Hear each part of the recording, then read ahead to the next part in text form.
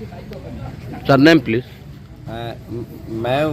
उत्तम हाजा चौधरी, मैं स्टेट बैंक का जनरल मैनेजर हूँ। आज इधर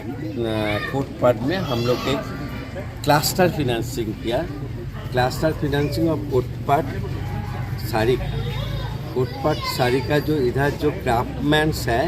वो लोग को हम लोग अभी बैंक का साथ नाता जोड़े हैं। We have attached them with the banking. Now their entire bank credit need requirement of money will be met up by the bank as and when it will be required. They can be given term loan for purchasing loan,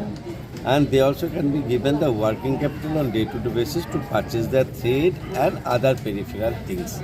So there, I believe there are 241 registered craftsmen are there, families are there. Initially, we have attached 101 today. Remaining, we will take another drive. So everybody who are already registered as a registered society, everybody will brought under our banking ambience, so that they will be financially independent and they can generate income more and can afford their families comfortably. And I am also thinking that their product can be digitally displayed Amazon. Prahlad Mahant Kotpad WCS ex president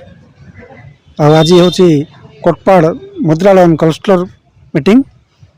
meeting रे हमर SBI रु Sandeep sir उत्तम sir DM आज से net रे search कर जानी पारथिले कि कोटपाड शाड़ी कौन देखिए कोटपाड रे गोटे फेमस जिनसा अच्छी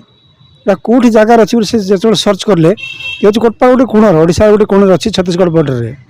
से शाड़ी विषय पढ़ी बहुत खुशी हेले आ दिने चिंता कले कि कोटपाड देखा कौन जिनस से थे आसिले कोटपाड टीम नहीं कि से मु दुकान बसती मतलब आप कौन करती ना सर मु कोटपाड लुगा व्यवसाय करे से कहले हाँ ये जो कोटपाड मोटे शाढ़ी देखेले मुझे से कोटपाड शाढ़ी उपर देखली आ कोटपाड शाढ़ीर विशेषत्व कौन से कहली सर अपने से चिंता कोटपाड विषय जानले आ बहुत खुशी हेले आ कोटपाड से 100 रु ऊर्ध्व लोक आज मुद्रा लोन योजना देवाई व्यवस्था कले आगामी दिन में से इनफ्लुएंस रखते ये क्लस्टर केमती आगू बढ़ापी 10 लाख 10 कोटी पर्यटन से सेंक्शन करने जगह को मुझे अच्छा जेहेतु से कोटपाड शाढ़ी बहुत इंटरेस्टेड आ से नेट सर्च कर जानते कोटपाड शाढ़ी बहुत विख्यात हो सारी आ विश्व दरबार में परिचय सृष्टि कर सर SBI थ्रु तो ये फास्ट चांस क्लस्टर होती आगु आम कोटपाड WCS थ्रु पाऊँ किंतु डायरेक्ट SBI बैंक आमको फाइनेंस योजना करते बर्तमान से इंटरेस्ट अच्छा ये क्लस्टर को बढ़ावाई हजार संख्या जमी बुणाकार बाहर और ये जगहटा इम्प्रूवमेंट हो यार जेहेतु कोटपाड शाढ़ीर बहुत विशेषत्व और बहुत डिमांड रही मार्केट सर देखो बुणाकार मानक जो लक्ष्य रखी आसचंती सरकारी निर्देशक गुड़ाक से लक्ष्य है यही गरीब बुणाकार मान केमती उपकृत हेबे ये लोन को मु भी चाहूँगी यही लोन नहीं कि कौन सी अबाटे से माने बाट बना खर्च न करूँ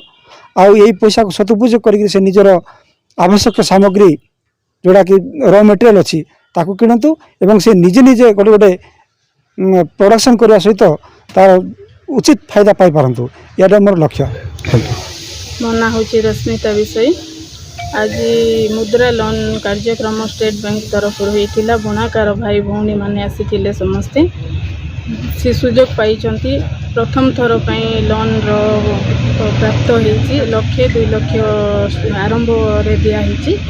आउ सुजिकी भल आग को नेले प्रतिश्रुति देइचंती बैंक रे आग को ऋण राशिटा बढ़ेबा बुणाकार भाई भौणी मानक का समस्त को कही प्रतिश्रुति भी देइचंती आग को भल